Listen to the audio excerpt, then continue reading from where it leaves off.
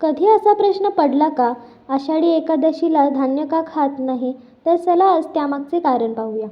फार पूर्वीची गोष्ट आहे. पंढरपुरापासून थोड्या अंतरावर एक छोटेसे गाव होते.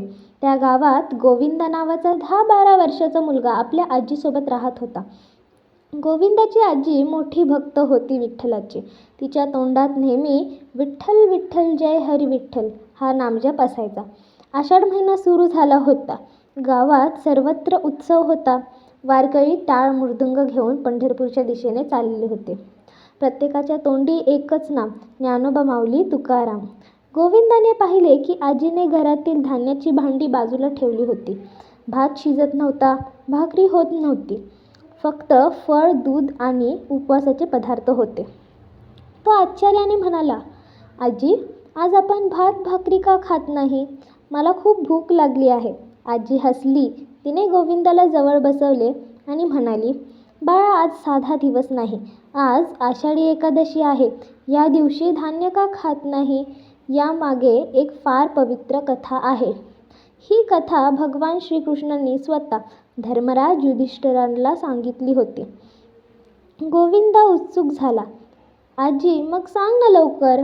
आजी म्हणाली, महाभारताचे युद्ध संपल्यानंतर एकदा धर्मराज युधिष्ठिरांनी श्रीकृष्णाला विचारले, हे प्रभू, एकादशीचे व्रत इतके श्रेष्ठ का आहे आणि या दिवशी धान्य का खाऊ नये? श्रीकृष्ण हसले आणि म्हणाले, राजन, ही कथा ऐकली तरी मनुष्याला मोठे पुण्य मिळते. खूप पूर्वी मुरासूर नावाचा एक भयंकर राक्षस राहत होता. त्याने देव, ऋषी आणि पृथ्वी तलावरच्या लोकांना खूप त्रास दिला. देवांनी भगवान विष्णूंची शरणागती पारखली. भगवान विष्णूंनी मुरासुराशी अनेक दिवस युद्ध केले. शेवटी ते एका गुहेत योगनिद्रेत गेले. मुरासूर त्यांच्यावर हल्ला करायला आला.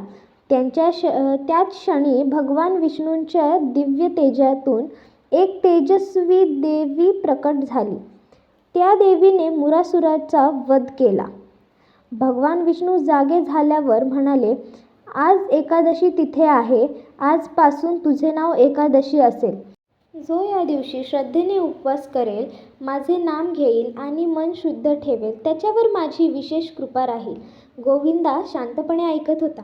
आजी पुढे म्हणाली, बाळा, आणखी एक परंपरा अशी सांगितली जाते की एकादशीच्या दिवशी धान्यामध्ये पापाचा वास असतो. म्हणून त्या दिवशी धान्य टाळून भगवंताचे स्मरण करावे. उपवासाचा अर्थ फक्त न खाणे नाही, तर मन, वाणी आणि कर्म शुद्ध ठेवणे हा आहे. तेवढ्यात बाहेरून टाळ मृदुंगाचा आवाज आला. विठ्ठल विठ्ठल जय हरी विठ्ठल. गोविंदा बाहेर धावत गेला. शेकडो वारकरी भगवती पटका घेऊन पंढरपूरच्या दिशेने चालले होते. त्यांच्या चेहऱ्यावर थकवा नव्हता, फक्त आनंद होता. गोविंदाने आजीचा हात धरला आणि म्हणाला, आजी, पुढच्या वर्षी मीही तुझ्यासोबत वारीला येणार आणि एकादशीचा उपवास करून विठ्ठलाचे नाव घेणार. आजीच्या डोळ्यात आनंदाश्रू आले. ती म्हणाली, बाळा, लक्षात ठेव, उपवास म्हणजे फक्त पोट रिकामे ठेवणे नाही. मनातला अहंकार, राग, मत्सर आणि लोभ यांचा त्याग करणे हाच खरा उपवास. त्या दिवशी गोविंदाने फळाहार केला. दिवसभर विठ्ठल विठ्ठल विठ्ठल असा नामजप केला आणि संध्याकाळी विठ्ठलाच्या आरतीला गेला. असे म्हणतात की त्या दिवसापासून गोविंदाच्या जीवनात सुख, शांती आणि भक्ती वाढत गेली.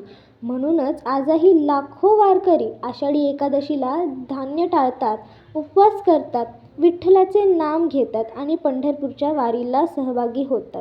तर बोध हाच, एकादशीचा खरा अर्थ केवळ अन्नत्याग नसून मनाची शुद्धी, भगवंताचे नामस्मरण आणि सकारात्मकतेचा विचार हाच आहे. पांडुरंग हरी वासुदेव हरी केशव मुरारी विठ्ठलारी.